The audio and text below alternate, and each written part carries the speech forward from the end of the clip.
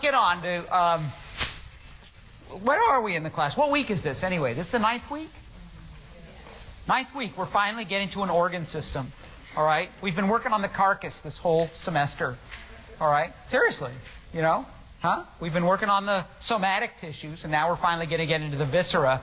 And we'll start out with the respiratory system, and I guess I should ask you, why do you breathe? All right? Why do you breathe? Give me a good answer, not the easy answer.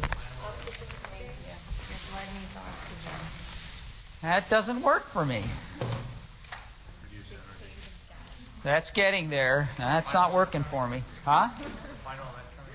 Okay, because you need oxygen for aerobic cellular respiration. The activity that's carried out by mitochondria, all right, which is to break down sugars and convert their energy into ATP, that process, we won't get into this. I promise we're not going to have a big thing here, but here's the formula for aerobic cellular respiration.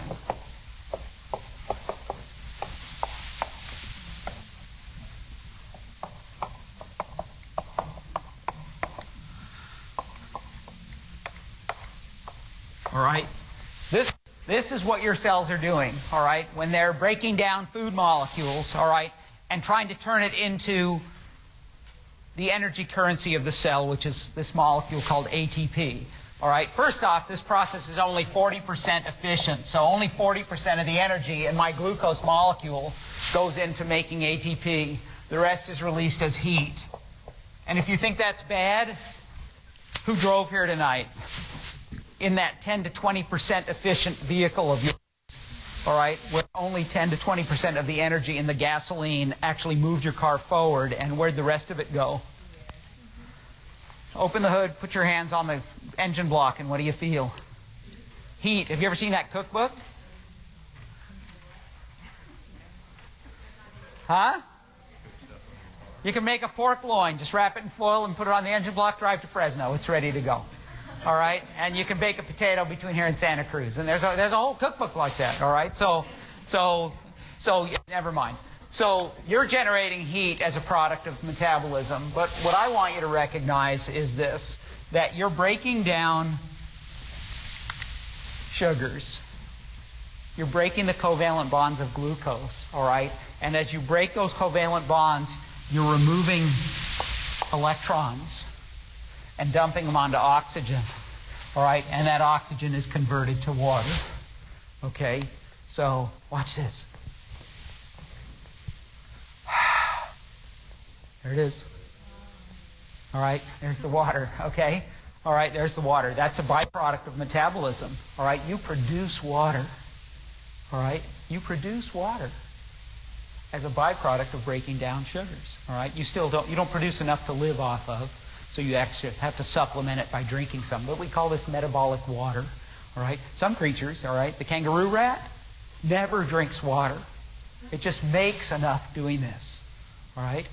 Yeah, that is kind of neat. All right? So what's the role of oxygen? Oxygen is the electron acceptor as you break down food, all right, to make your usable energy. All right? That's why you breathe. And so it is the function of every cell. Let me back up and say this differently. ATP is the energy currency. Do you all understand what ATP is? Everybody's got a handle on ATP? Yes? Okay, ATP is the energy currency of the cell. Here's the point. ATP does not circulate. ATP doesn't circulate. It isn't carried in your blood. Instead, it's the function of every cell to make its own ATP. And if every cell is going to make its own ATP, then what are you going to give the cell instead? Wrong answer. Yes, Roy? Glucose. You're going to give it glucose, right? Oxygen isn't energy. All right, we're talking about energy. You're going to give it glucose, and it is the function of every cell to break down that glucose and make its own ATP, supply its own ATP needs, all right? And that ATP is constantly broken down, all right, into ADP and phosphate, all right? And this process is essentially rebuilding that, all right? So every cell is fed glucose. All right, every cell is fed, and in order for every cell to break down that glucose, it must have oxygen. All right, and that's what your respiratory system is doing. All right, we can talk about internal or external respiration. External respiration is taking in air and allowing it to diffuse across the lungs into the blood. And internal respiration is the delivery of oxygen from the blood into the tissues. I'm not fond of those two terms, but your book uses them, all right? Internal and external respiration. All right, again, one is getting the oxygen from the lungs into the blood, the external one, because it's continuous with the outside environment, all right? And the other is internal respiration, the delivery of that oxygen from the blood into the tissues. Yes, Christina? Needs oxygen. Oxygen is the electron acceptor, all right? Just as it is when you're trying to burn something, right? How do you stoke a fire when it's starting to simmer down? You give it oxygen, all right? That's the same thing that's happening in your body. When I do this, watch. I'm blowing on the fire. Right? Aren't I? The fire that's inside. That's what I'm doing, isn't it? Huh? You got to love that. Huh? All right, that's what you're doing. You're blowing on the fire. Every time you inhale, you're providing oxygen to burn this up. The only difference between you and that campfire, all right, is that the campfire does this in one step. And so the energy is released all at once, entirely as heat and light. You call it fire. All right, that's called spontaneous combustion. In your cells, you perform this very same reaction, exactly the same reaction, except you do it in 20 steps. All right? So instead of allowing that glucose to release its energy, boom, in one big step, instead, you're going to break a little bond. And then you break another bond. And you're going to torture it. You're going to twist off a carbon here. You're going to tweak off a hydrogen there. All right, you're going to do it in little steps. And by doing it in little steps, you're able to conserve the energy and transfer it into ATP, into the making of ATP. All right? Okay? I'm getting way off topic here, but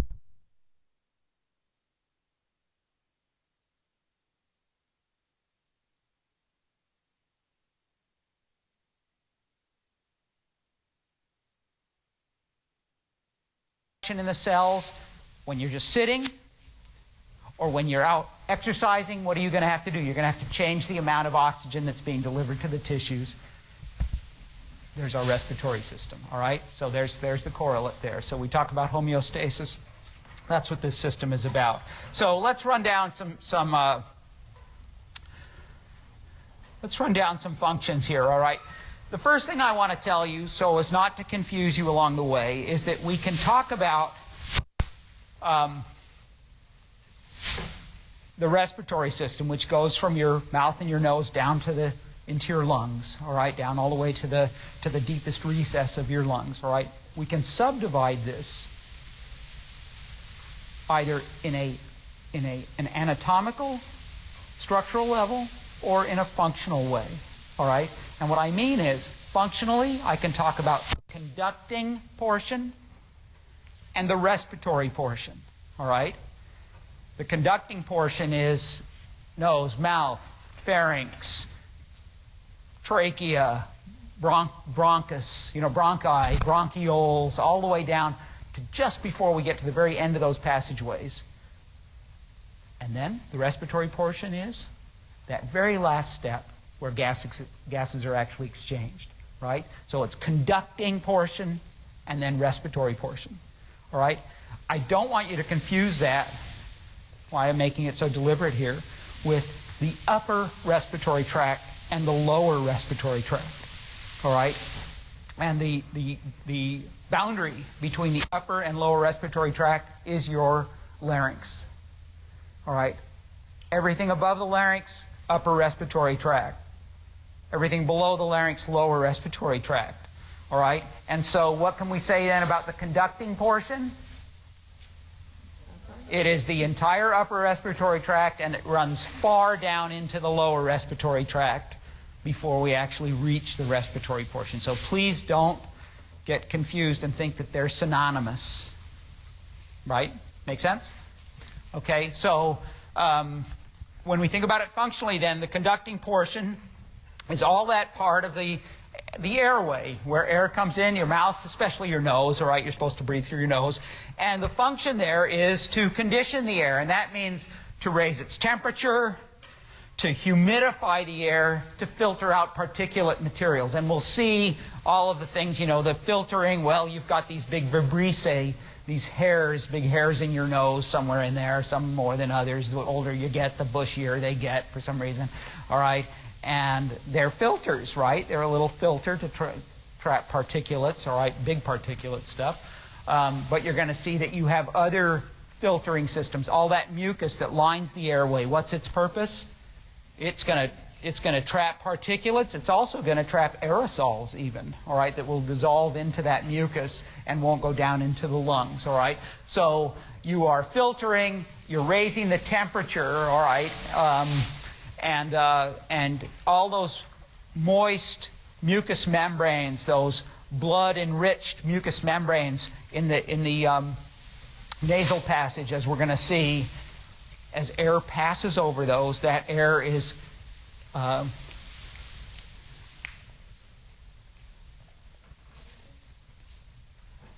disturbed so that it becomes turbulent, all right? And that means the air is going to cover more of those surfaces in there, and as it does, it's going to be warmed, and it's going to pick up moisture so that when it gets down into the bottom of the lungs, it isn't dry, all right? Because gas exchange, the exchange of oxygen across the lungs, external respiration, and likewise CO2, requires that the lining of the lungs have a thin layer of water. When people die in a fire, you know, a building's on fire, they don't die from getting burned, all right? They don't die from inhaling smoke either. What they die of is their lungs dry out, all right? And if you know, they say, hey, what should you do? You know, try to saturate a piece of fabric, your clothing, a handkerchief, whatever, with water and breathe through that so that you don't dry these out. Because as soon as the surface is dry, they stop exchanging gases. Long before you're dead, all right, they stop exchanging gases and you asphyxiate. All right, not because there's no oxygen there, but because the surface is dry. So you've got to humidify the air, all right, and if you humidify the air, then it reaches the lung and it doesn't dry the lung out. All right, so that's critical there. All right, the respiratory portion, of course, we said gas exchange. We talked about external and internal. We've done that already. Other sort of secondary, if you will, functions of the respiratory system. Sound production. So even though you have vocal cords here, and we'll talk about them in a little bit, all right, a lot of your sound generation and the timbre of your voice and so forth is a result of other elements of your respiratory tract, both things happening in your mouth with your tongue touching different parts of your mouth and against your teeth and so forth, but also when you've had a stuffy nose, does it change the sound of your voice? When you have a sinus infection, does it change the sound of your voice? Yeah, sometimes dramatically. I had a bad cold one time, and I woke up at like 2 in the morning, and I mean, my voice was so low. I was like Al Green. You know, it was just so low. And immediately I went to my voice answering machine and said, this is exactly the moment I need to make my new answering machine message. And I did that in a world where, you know, that movie guy, and it was like so perfect. It was super low. And then the next day, my mom, of course, was the first person to call, and that freaked her out big time. So anyway, so sound production, all right, sound production. Olfaction, all right, this system, as you bring in air, it's also sampling that air, all right, for different molecules, all right, and those are going to interact with the olfactory epithelium, which if you point your finger without sticking it into your nose, but point your finger straight up into your nostrils, that epithelium is straight up at the very roof of your nasal cavity, all right, and there's those sensory nerve cells, right, that are running through the ethmoid bone, all right, into your brain, all right, for your first cranial nerve, all right, the olfactory nerve, all right, and what is that little perforated part of the ethmoid bone called? The cribriform plate. There you go. So you guys have learned about that, and that's the olfactory nerve endings are passing through that into the roof of the nasal cavity. All right. Defense and protection, and what I mean by this is that your respiratory system, as you would sort of imagine, is a major portal of entry for microbes. All right. You think about, I've got these delicate tissues here in my lungs that are intimately in contact with my blood circulation. What a perfect way for a microbe to be sucked into my respiratory system and put in very close contact with my blood circulation, right? And so this system has protection components built into it, all right, to protect infection, to reduce the chances of infection through this portal of entry, the respiratory system as a portal of entry, all right? And finally, your respiratory system, in addition to allowing you to make energy, ATP, by delivering oxygen to each of your cells, also recovers CO2. And the importance of that is that in the cells, as the cells are breaking down those sugars, they're producing CO2, right? And as CO2 accumulates in the tissues, it combines with water to form carbonic acid. And that carbonic acid dissociates into H plus and HCO3 minus bicarbonate. And this is a big problem. All right? If you allow CO2 to accumulate in the tissues, a bunch of hydrogen ions are formed in the tissues. And what does that do to your blood, to your pH? It goes down. In other words, it becomes acidic. Your system becomes acid. All right? So you have to get rid of CO2 to control your body's pH. Okay? And so this becomes a method then for regulating pH. All right? Stop me if I've already asked you this before. What's your breathing like right after you vomit? Did I ask you this before? Stop and think for a second. The last time you were praying to the porcelain. All right? Stop and think about it. All right? It was horrible. For me, that's like the absolute worst thing. It's just like, I'll do anything to hold that off. And then it becomes inevitable, so you just want to get it over with. All right? And then you sort of crawl back to your bed, right? And you lay down. That's what I want you to remember. What was your breathing like? No. What was your and stop and imagine, Shelley. What was your breathing like? Shallow, long, breathing, slow, or were you panting like crazy? Huh? Come on. What was it like? You laid down and what? Slow breathing. You know why? Because you vomited and you just got rid of a bunch of acid. And that's part of your budget of acid. And so you need to recover acid now. So what are you going to do? You're going to slow down your breathing and allow CO2 to accumulate and form hydrogen ions. All right? Okay? So, and just the opposite, when you're out running, you're going to breathe a lot faster to get rid of a lot more CO2 so you don't acidify yourself, right? Okay? So, what does that tell us about the respiratory system? It is a pH regulator, right? It's a physiological pH regulating system, all right? So in addition to the obvious thing that it does, delivering oxygen to your tissues, it's also doing something really important in terms of the regulation of the body's pH, okay? All right, next time you throw up, you'll be thinking of me. All right, so at least I'm famous for something. Okay. Fondly remembered when they were vomiting. Okay, so let's get into the system then. Let's get into the anatomy here. And as we look at the nasal cavity here, we're going to sort of define the boundaries of this rather irregular space. And I think, at least for me, as I go back and review this each term, imagining the nasal cavity is not an easy thing, all right? It's a space that's subdivided. So you've got a right and a left half, and they are subdivided. It isn't one common space. You can't stick your finger in one nostril and come round to the other side, right? Okay, all right.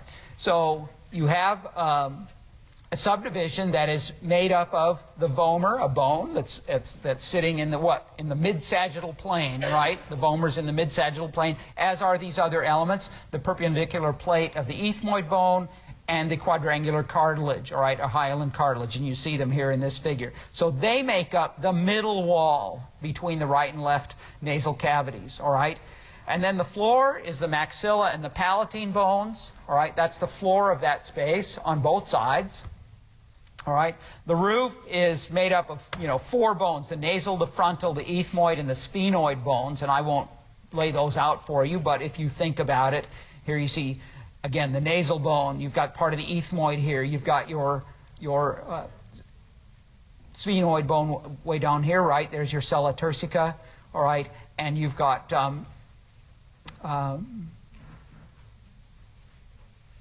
we cover them there? The frontal, the ethmoid, yeah, the sphenoid, yeah, there they are. All right, and then the walls, part of the maxilla, but we don't talk about the walls there. Instead, we talk about it from the inside, all right, and we relay to the turbinate bones, all right? These little curved bones that you see here forming the conchae. Right on. Yeah, I heard somebody say that. Forming the concha. All right. The concha is the full structure, all right, with its epithelium and everything, all right. The turbinate bones are just the bones themselves. And what are they doing? The turbinate bones are, the superior and the middle and the inferior. And in between them, you have a superior meatus, all right, and a middle meatus and an inferior meatus, all right. And that is the space in between that's inferior to each of the conchae, all right. As air passes through those, it is converted into a spiral flow, which is warming and humidifying the air, right?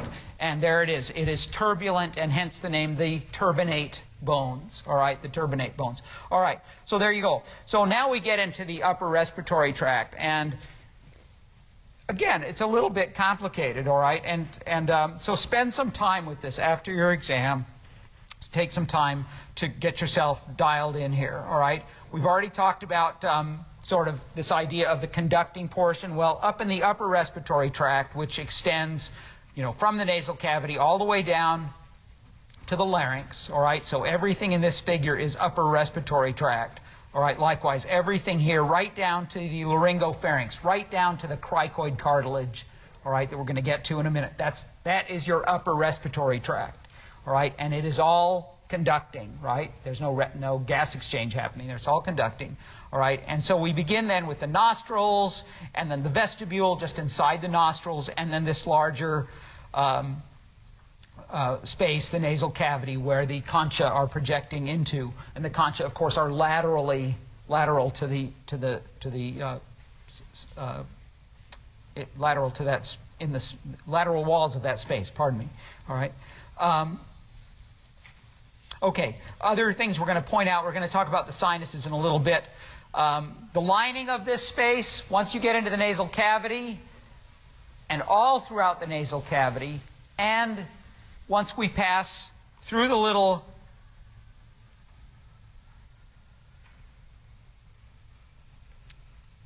openings, paired openings in the back of the nasal cavity, the choanae, all right, it's all pseudostratified ciliated columnar epithelium. All right, so all the nasal cavity and passing through the choanae into the upper part of what you think of as your throat.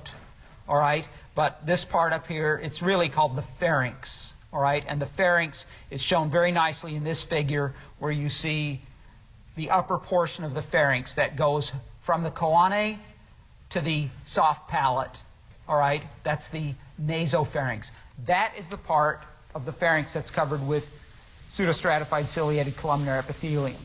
All right, below the soft palate, and for the rest of the pharynx, the oropharynx and the laryngopharynx, it's stratified, simple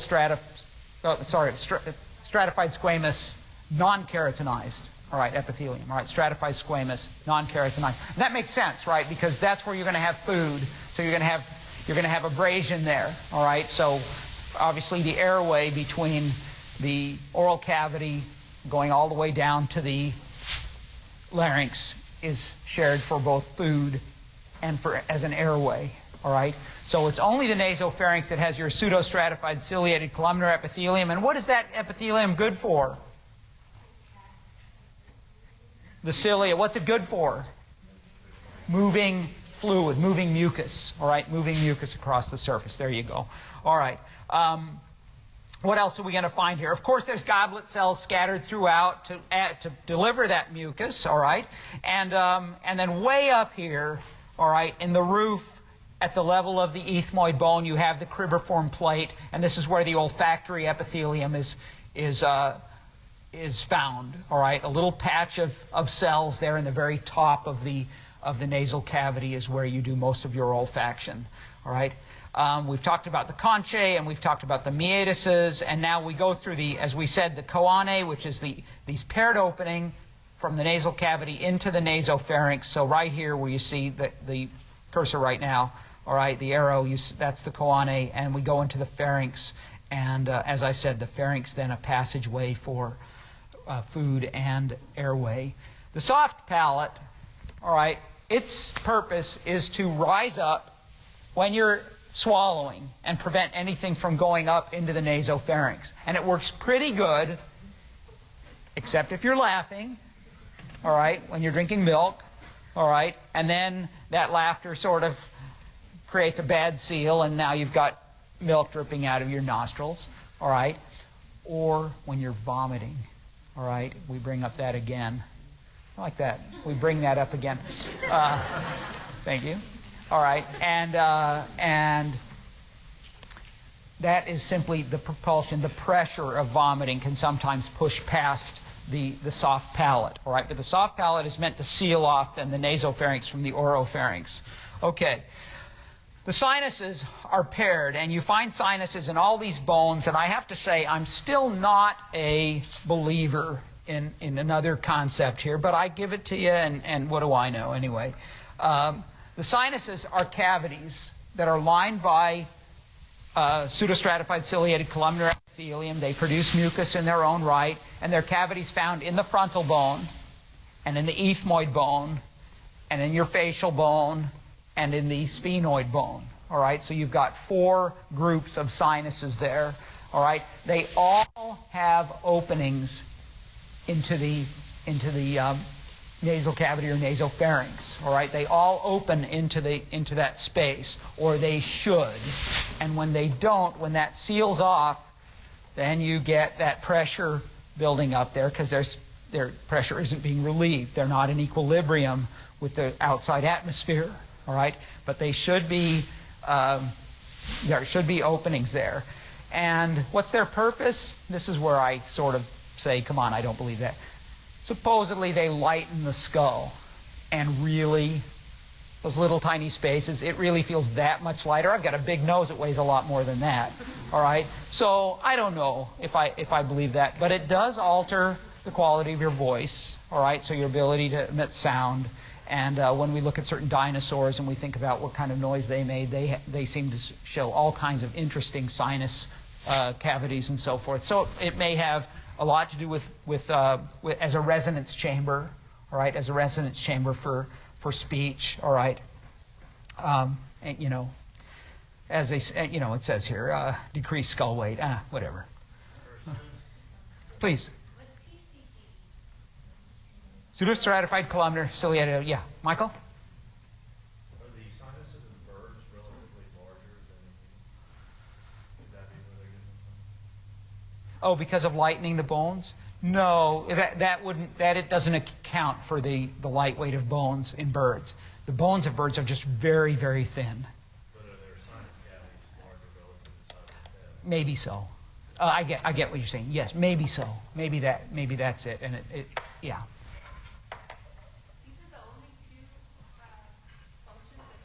Well, that's why I'm not that thrilled with the whole thing. Yeah. Yeah. Yeah, I'm totally with you there. I totally agree. So we'll just leave it as a question mark for you guys to solve. All right? Okay. So let's just take a quick peek, all right, as we go down the respiratory tract, just so we sort of get the full scope of what we're talking about here. We said the conducting parts then, the nasal cavity, as we've already talked about, the nasopharynx, which we said what? Nasopharynx runs from the choanae to the soft palate, all right? The oropharynx runs from the soft palate to the hyoid bone. Can you grab your hyoid bone? You feel it? Put your head up a little bit and you feel the points of your hyoid bone up here. All right, there it is. And so it just comes across like a V to this point right here. All right, that's your hyoid. All right, and so oropharynx goes from soft palate to hyoid, and then from hyoid bone down to the cricoid cartilage of your larynx. That's your laryngopharynx. Your laryngopharynx, okay? So those are those three parts, all right? And we're going to begin then at the larynx, all right, at your Adam's apple, all right? And from there it goes down to the trachea, the airway, all right? This trachea that you can feel down here with its cartilaginous, not rings really, but C-shaped hyaline cartilages, all right? And we'll say more about those. And then the branches off of those, the main bronchi, which also have cartilage, and then the bronchioli, which do not have cartilage, all right? They're smaller passageways, and eventually we descend down into tiny passageways which actually can exchange gases. So we're now getting into the functional part of the lung, the respiratory portion of the lung. Those are called respiratory bronchioles. I put it in bold print there because I had respiratory bronchi on your handout, and you might change that because I didn't change it on there. I made these changes today, and I had already printed your handout, and I just caught the error because I was thinking respiratory bronchi, really? No. So respiratory bronchioles, and then those open up into alveolar ducts. And the alveolar ducts end in alveolar sacs, which are small little dead-end elements of the airway where gas exchange occurs. All right, and that's shown here on this figure on the right. The alveoli, 1/4 to 1/2 of a millimeter in diameter. You've got 300 or 400 million of these. All right, and that gives you enormous surface area for gas exchange. All right, that's equivalent to the size of a tennis court. All right, and if you think about, gases being exchanged across a big surface like that, you have, an incredible surface for exchanging gases. All right. I think for the sake of not taking us into what my anatomy instructor, when I was taking anatomy, which was a long time ago, I hate to say, I had this anatomy instructor whose name was Rajid Last. And you'll see, if you get into anatomy or you go to medical school, you'll see his textbook, all right? And you don't have to write anything. Just listen, just enjoy it. All right? He was a fantastic teacher, all right? He was a man about this big, all right, with this enormous dome of a head, bald head, and an absolute powder keg of energy. He was in his 80s when I had him. This was at the medical school in UCLA. And just a spectacular guy. He had been the physician to Haile Selassie, who was the emperor of Ethiopia. All right? He was a member of the Royal College of Surgeons and the best anatomist in the world, really. And he was writing the 6th edition of his anatomy book. And I asked him whether he just took the 5th edition and just sort of crossed out a word and changed a thing, like most authors do, right? Like in your textbook. And he just looked at me and he said, I start out with a fresh pad of paper. And he writes it from scratch. And all the illustrations he'd do by hand. And he'd come into the lecture hall, a half hour before the students came in, the med students, and he would draw the most magnificent figures of, I think, the bone I think is most difficult to draw is the pelvis, right? Try drawing a pelvis and make it actually look like something perfect every time, just absolutely perfect. And so when he'd get into anatomy like we're about to get into with the larynx, he was a British, or I guess he was from, I think originally he was from Great Britain. He'd say, "We are going into tiger country." That's tough anatomy right there. So that's where we'll pick up next Tuesday.